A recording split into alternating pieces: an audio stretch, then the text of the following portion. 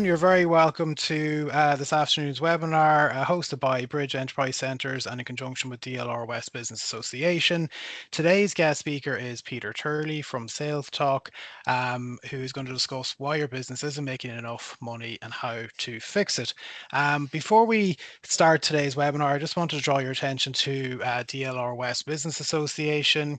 It's a new association set up to represent businesses in Nutgrove, Churchtown and Ballantyre. So we're inviting people to join as members now. You can scan that QR code there and it'll bring you directly to the website, or you can visit www.dlrwba.ie and you can sign up there. The membership fee is 125 up until the end of December 2026. And some of the benefits for joining are networking opportunities, events, training and peer connections across the region, access to advice, shared knowledge, expertise, resources and mentoring opportunities, marketing, enhanced visibility for your business in the area, and then also advocating for any issues that you have that you want us to raise with the government. So with that, I'm just going to stop sharing. I'm going to hand you over to Peter, who's going to take over. Thanks, Peter. Hello, good afternoon. So here's the situation we're in. I can't really see anybody on this. It's a broadcast situation rather than the Zoom we're normally used to. So I'm going to chat away with Kieran, and we'll kind of work as if he was the audience. If you've any questions or anything you'd like to talk about as we go, please pop them in. Kieran will direct them to me as we're chatting. All right. So hopefully everybody's good to go. I see it's just 2 minutes past 1 there. So hopefully everybody has joined at this stage. Have we many on? Do you know? We have Kieran? we have 8 so far, Peter. 8 yeah, so and far. So I should have said, yeah, if anybody has any questions or wants to interact with Peter, just pop it into the Q&A there, and I'll read it out. Thanks very much. Okay, no bother, no bother.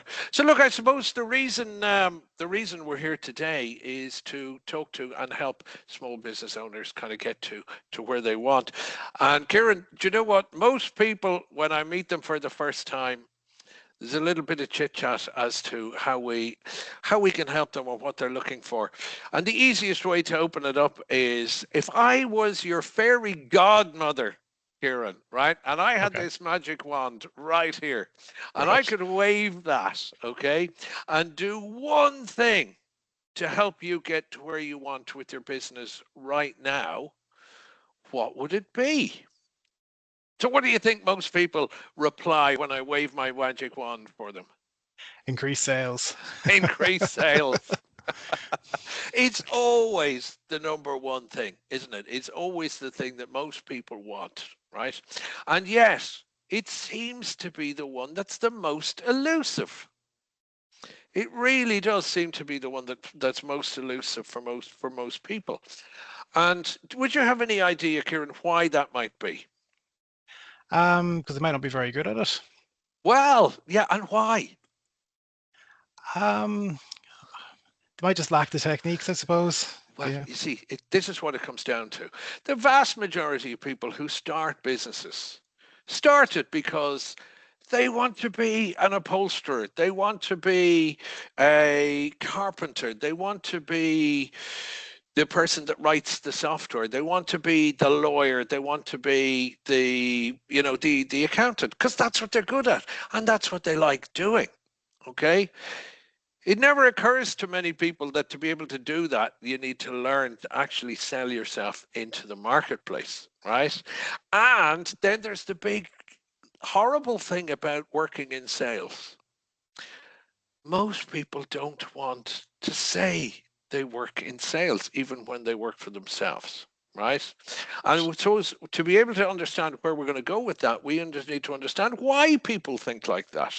Has it ever occurred to you why people don't want to be seen as selling themselves? Never, I don't know.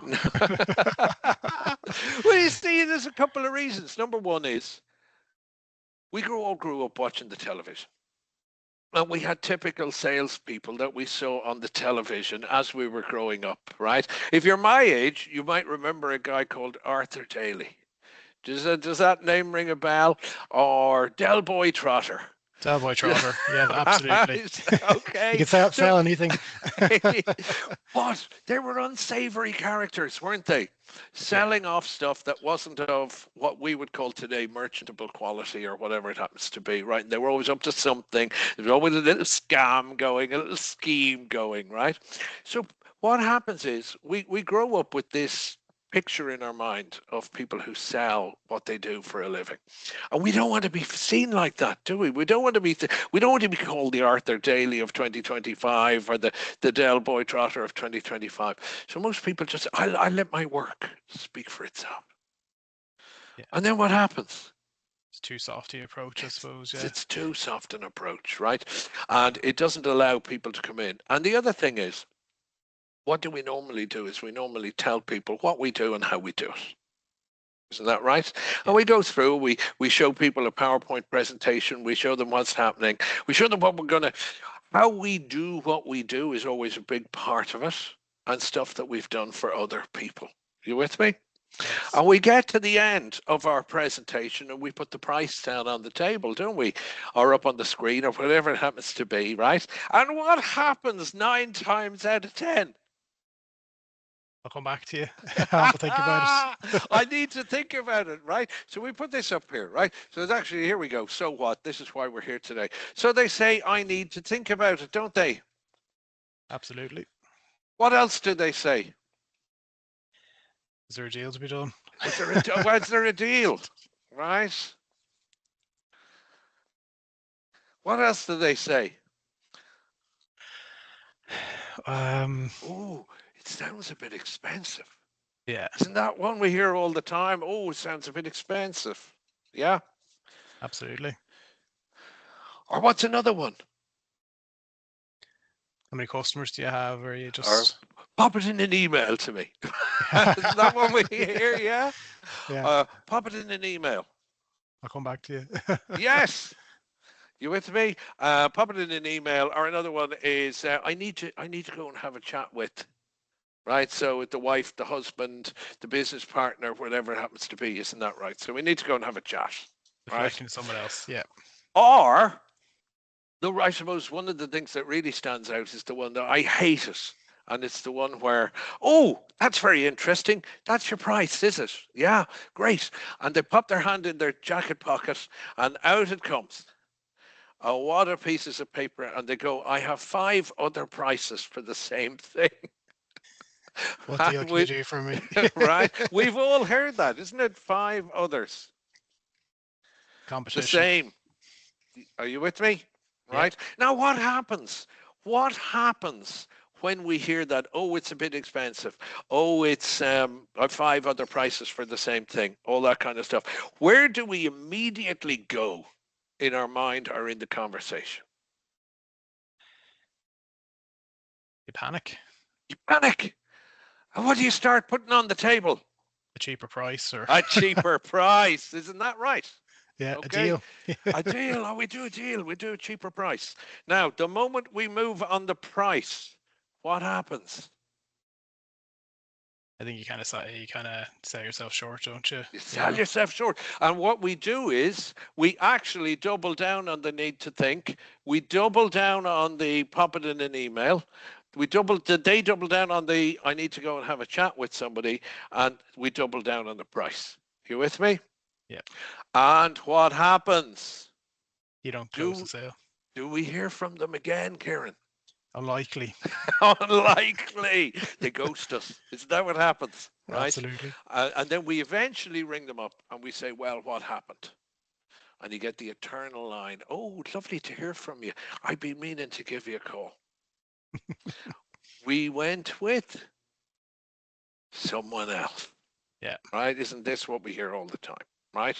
Now, and the problem is, and I've learned this, the someone that they go with usually doesn't move on their price at all. They stand by it. Yeah. They stand by their price, right? Because here's the thing. What do we do when we discount?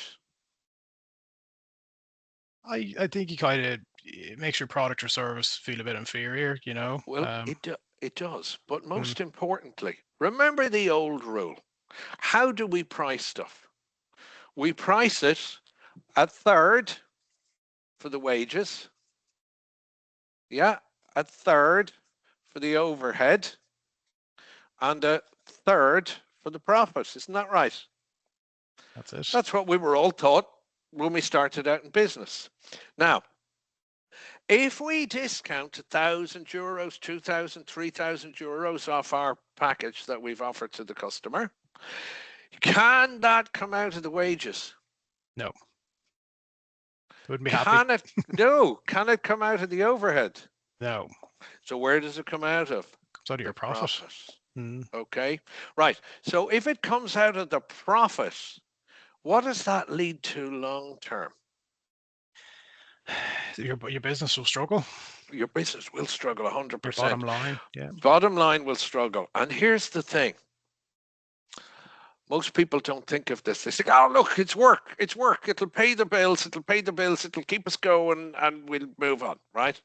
But the big problem with businesses that don't make the profit, you're not doing your business a disservice. You're doing your customers a disservice by giving them discount. How's that for a mindset change, right? No, seriously, right? Because what happens in your subconscious, you have to keep that. You have to pay your staff the wages. You have to pay the rent. You have to pay the rates, all that kind of stuff. The profit, the bit you as a business owner keeps, diminishes. What happens in your subconscious is it starts trying to figure out, what can I leave out so that I can make some level of profit in it? And Absolutely. what do we do? And we do it unwittingly. It's not a conscious decision. We end up giving the customer less. And where does that end up when they come to collect it? Or they come to, how you provide the service to them? Are they happy with it? They're not. No. They're not. Does that mean then they come Go back elsewhere. to you going when you move forward? And the answer is no. So here's the thing, and I'd like everybody to write this down. It is your duty to your customers to be able to give them the best possible service that you can actually make a profit out of them too. Because otherwise the quality of your service diminishes. Does that make sense? It does. Right? So what kills profit? How do we kill profit? How do we end up in that situation we talked about where we're giving the discount? Well, the funny thing is, most people, I would say, when I ask them, I'd say, what do you need to happen to improve that situation? And what they say to me is, maybe I need some negotiation. Maybe I need some negotiation tactics, negotiation techniques, and we'll actually have a better conversation at the end. But the problem is, it's too late at the end. People decide whether they're going to use you, your product, or service in 2025 in the first 8 seconds. So first impressions matter. First impressions matter, right? So what I've done is I've developed a formula over the last 30 years, Kieran, that has never failed us.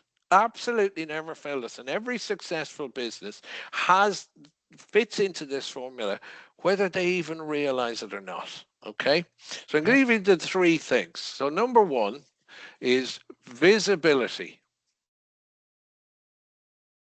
Okay, visibility. Nobody can buy your stuff if they don't know you're there. That's the simplest way of looking at it, right? Number 2 is credibility. Okay, so visibility plus credibility equals profitability. That makes sense? It does. Right? Now, but visibility is a little bit more complicated than most people think. It's not about just putting it out there and saying, this is me, this is what I do. Okay. Right? Because if I tell people what I do, they can find 100 other people describing what they do in a similar sphere. And then it leads to the 5 different prices for the same thing. It's hard to stand out. So how do you stand out? Here's your first tip. And this is where the profit starts to drain very quickly for a lot of companies. People want outcomes, not what you do. So when I held this up earlier and I said, what do you think 99% of people say? They want more sales. Do they want sales training? No. Do they want sales advice? No. Right? They don't want they don't want to know about the work it's going to take to get there. They want the result. That's it.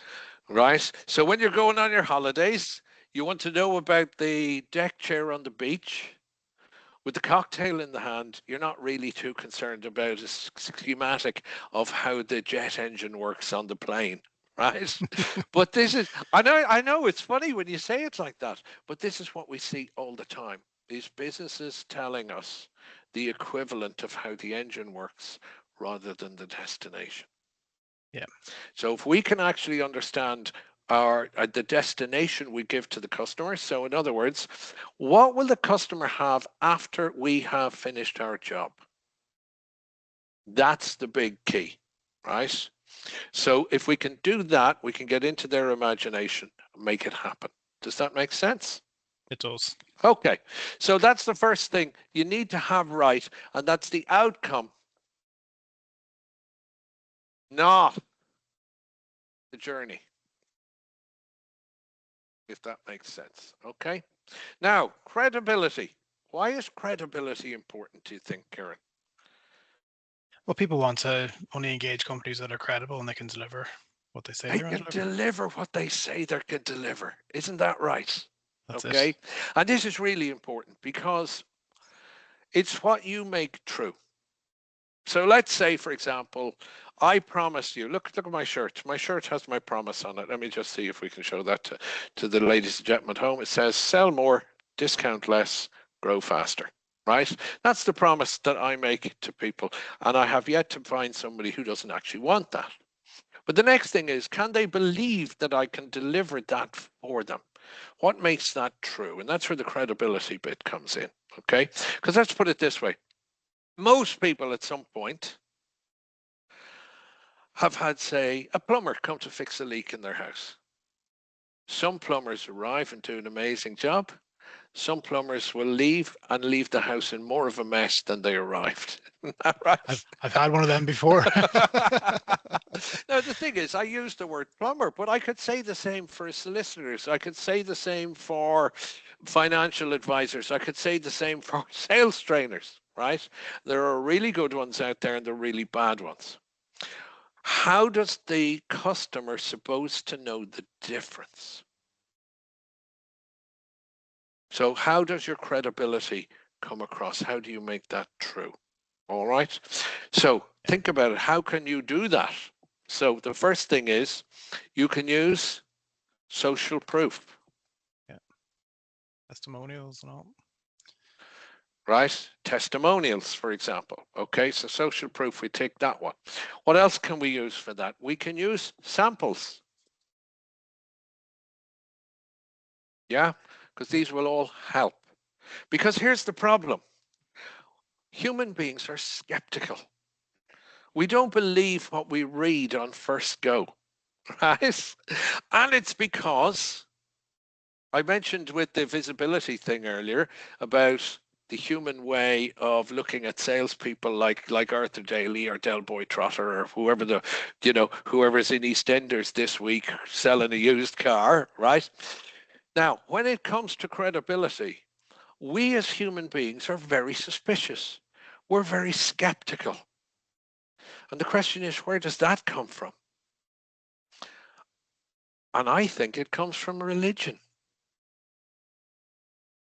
Think about it. Almost every religion on the planet tells us to be wary of other religions, don't they? If you've grown up a Catholic, you'll remember the creed and it says the one true God, believe in the one true God, right? So it's dictated to us as humans that we become suspicious of what's not normal to us. The second thing is, if you were Catholic growing up, you had the gospel, We used to go to Mass and have the gospel. I was always the gospel according to Mark, or the gospel according to John, or the gospel according to Luke. Wasn't that right? That's it. And you'd hear it. Jesus walked on water.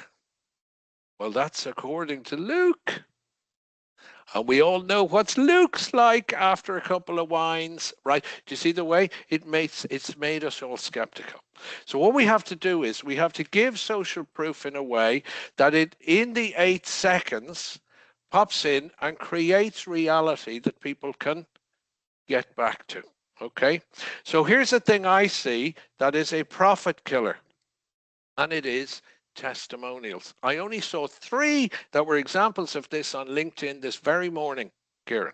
Right. And what they were testimonials that people had put up. I got this lovely testimonial from a customer this week, and it was a big long essay about what they'd done for them. And at the bottom, it had no name. Yeah. It's not What worth does much. that say to somebody's subconscious? ChatGPT wrote it. And will we believe it? No. No. Okay. So this is the problem. But people are being told out there, put your testimonials up. Doesn't matter if it has a name on it. The name is more important than anything. Or even worse than ones with nothing written down.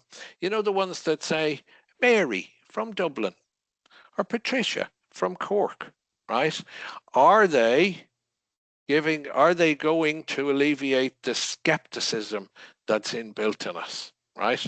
So here's the thing. If you are putting up testimonials, guys, from anybody, make sure you have their name and a photograph of them, and especially if they'll give you a photograph of them smiling.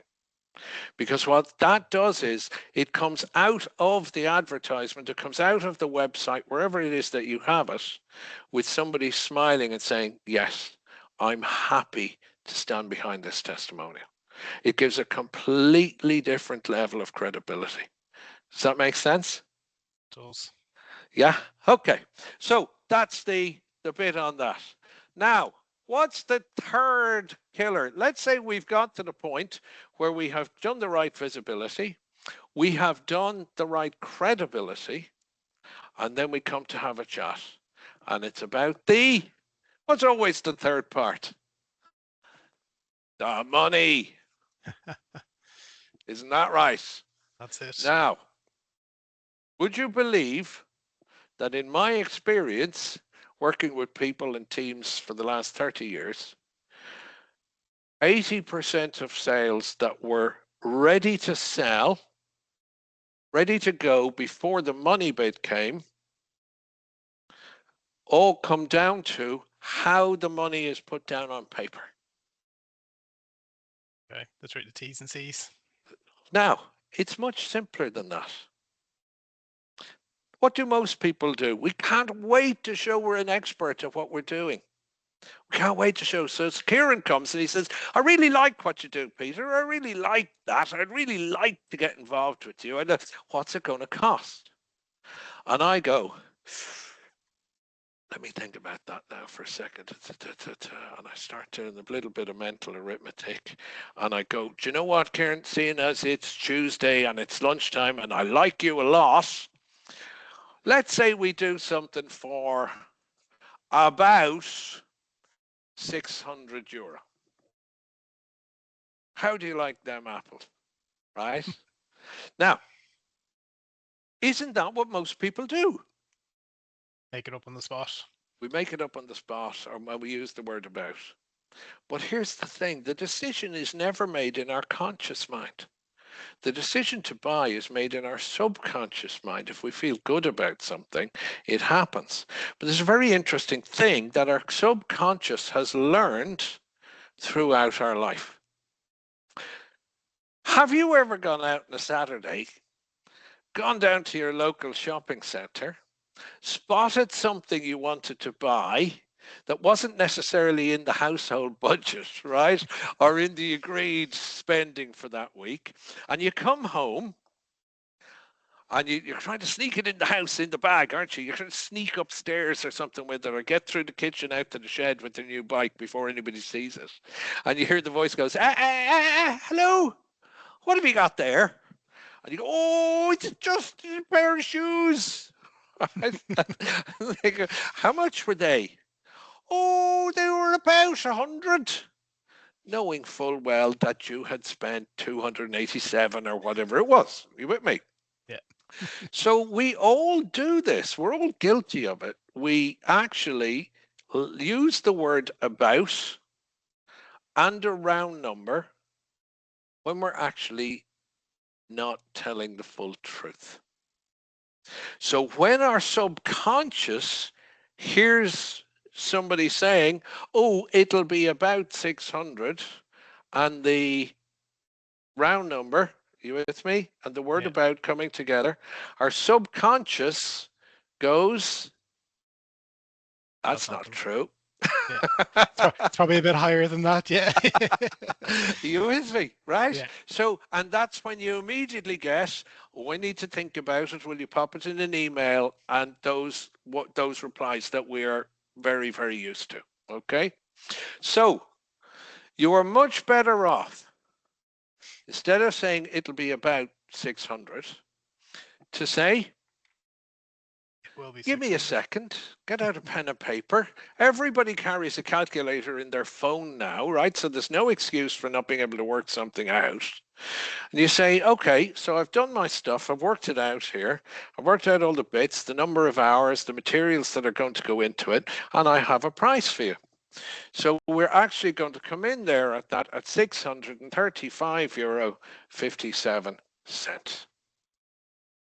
Now what happens when you see that? You feel like someone took the time to give you an accurate figure. You do. There's another thing. When in your normal daily life do you see a number going right down into the cents?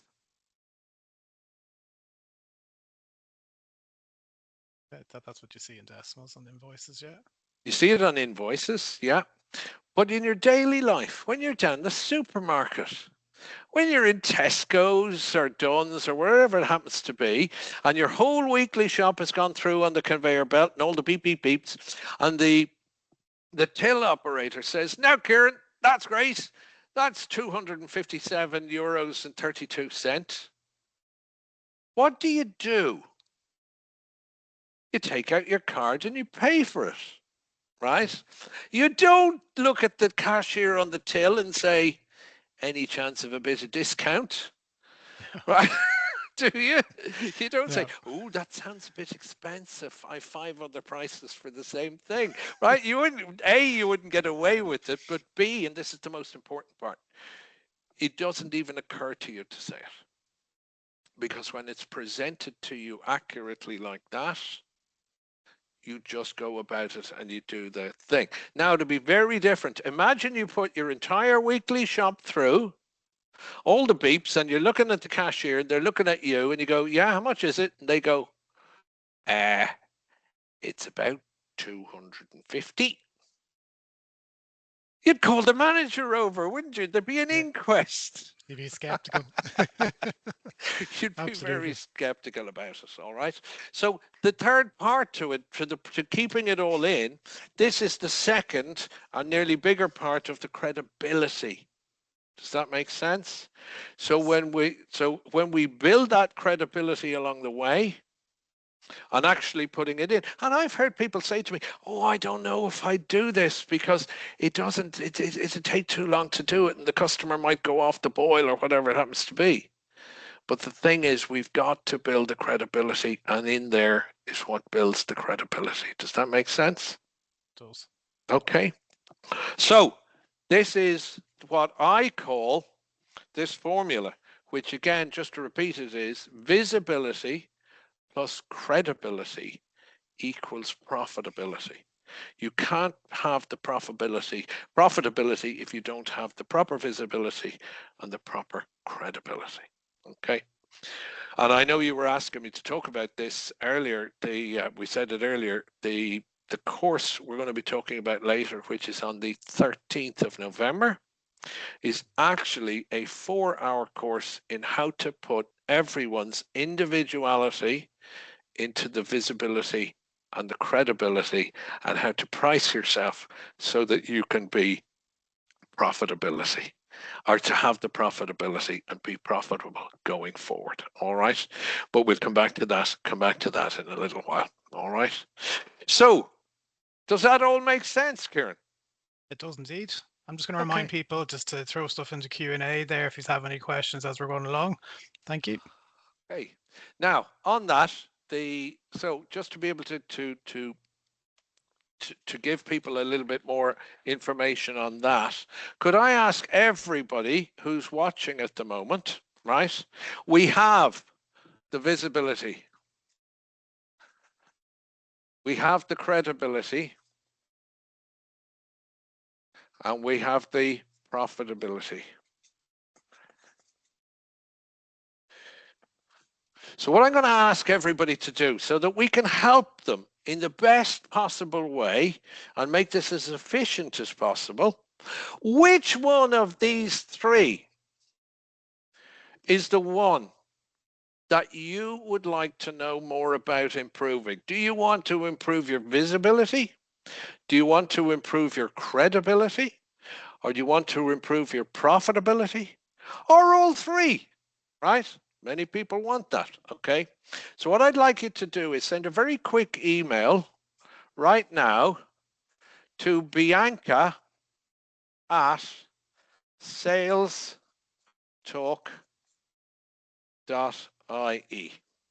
so that she can work out what each one of you needs specifically for yourselves, so that we can get that information to you.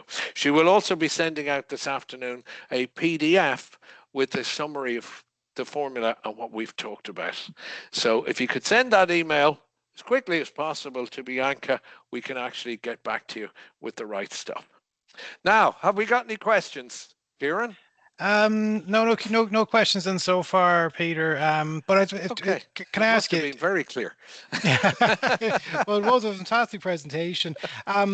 What could somebody do very quickly today to improve their visibility this week? Was there like a couple of quick wins that they could do? Okay, couple of quick wins. Right. I'll tell you exactly what you could do, right? And I think everybody will benefit from this very, very quick little exercise. Okay. Have you ever heard of a guy called Ernest Hemingway? Yes. Yes, he was an author that lived down in the Florida Keys many years ago, right?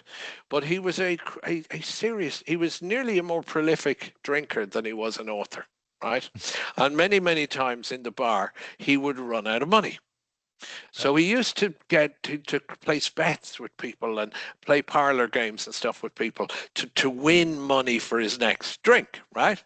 So in one of these occasions, somebody best said, I'll tell you what, I'll buy you 3 drinks if you can do something I've never seen anybody able to do before.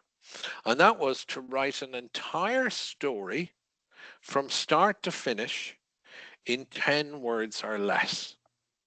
Now that would seem almost impossible, wouldn't it? So what he did was he went off into the corner with some paper and a pen and scribbled away furiously. He came back about half an hour later and he said, I've done it. I've got an entire story in less than 10 words. And the guy at the bar was flabbergasted. He said, really? 10 words less? He said, it's actually 6. Overachiever. And he said, wow, how can you write a whole story in 6 words? And this was it. For sale, full stop. Baby shoes, full stop, never worn. Now, isn't that amazing? For sale, baby shoes, never worn. What happens in that is your brain fills in the entire rest of the story, the entire rest of the picture, right? This is the beauty of the human imagination, right? So why am I telling you that? Because If you could figure out your 6 words, so what do you do? What is the outcome for your customer that they will have when you're finished your job? Can you put it into 6 words like that? That can be very, very simple and allow your customer to see it in their brain. And it's back to what I have on my shirt. Sell more, discount less, grow faster. It's an entire story of what we provide as a service in 6 words. So if you could do that and have that in a way, in fact, that's a pitch all in itself, isn't it?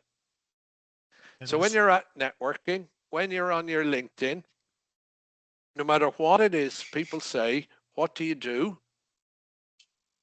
If you're able to put that back to them, that 6 words, that will make a huge difference to how they perceive you, their visibility of you. Does that make sense?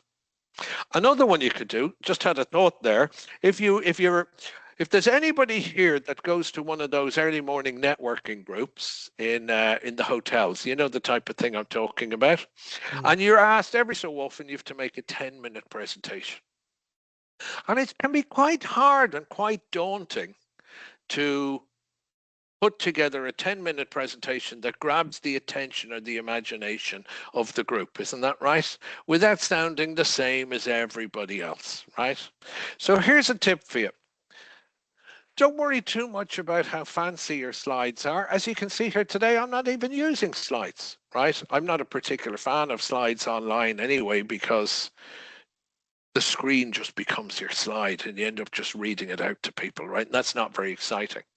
But if you take 3 circles like that, yeah, can everybody see that? I'll pull it across a little bit, right? Yeah. So say that circle is visibility, that circle is your credibility, and that circle is your profitability. So we help people to be extra visible. We help people to be extra credible. We help people to be extra profitable. Here's our ideal client right in here, in that area, just there. So I've used this at networking. So what do you do? I work at the intersection of visibility, credibility, and profitability. And that always makes people go, oh, that sounds interesting. Tell me more.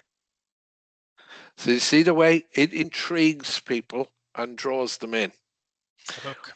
It's the hook, exactly. And then when you say, this is the sweet spot in here, you get the mixture of the 3 of those right, your business will thrive going forward. Fantastic, Peter. Well, that's great. Do you have anything else to add there before we finish up? Well, I'm just looking there. It is 13:38, and I see we've a couple of people dropped off. But I think the most important thing to remember, I suppose, is get your credibility and your visibility to be in line, to get them aligned, and to actually understand what it is that your customers get from you that they don't get from the other carpenter, the other plumber, the other lawyer, the other whatever it is that makes you special. What's the thing that you've got, the experience that you've got that they won't get, because then you won't get the line, we have 5 other prices for the same thing. That's it. Perfect, Peter. Thanks very much. I'm just going to share one more screen just before we finish up. Do, okay? absolutely. Yes, indeed. Yeah. So, okay, everyone. Thanks very much for joining today. Just some upcoming events on our side. We have some Second Tuesday events that will be held in person in November 11th, December, January, and February. You can see them there. And then we also have 2 more webinars before the end of the year. The next one is on November 12th, choosing the right marketing activity for your business with Lisa Phillips. And then another one at the end of November, the future of cybersecurity and AI for SMEs with Strive Limited. So I'd like to thank our guest speaker again today, Peter. Thank you very much. Very And welcome. Peter, if there's anything you'd like us to share afterwards, do let us know, and Yes, we'll get those emailed out to the attendees along with the information on the upcoming course as well. Is that okay? that's great. Not at all. It's Fantastic. been an Thanks very much, absolute Peter. pleasure. And Okay, thanks everyone talk to for you soon. attending. Have a great day. Bye bye. Bye bye.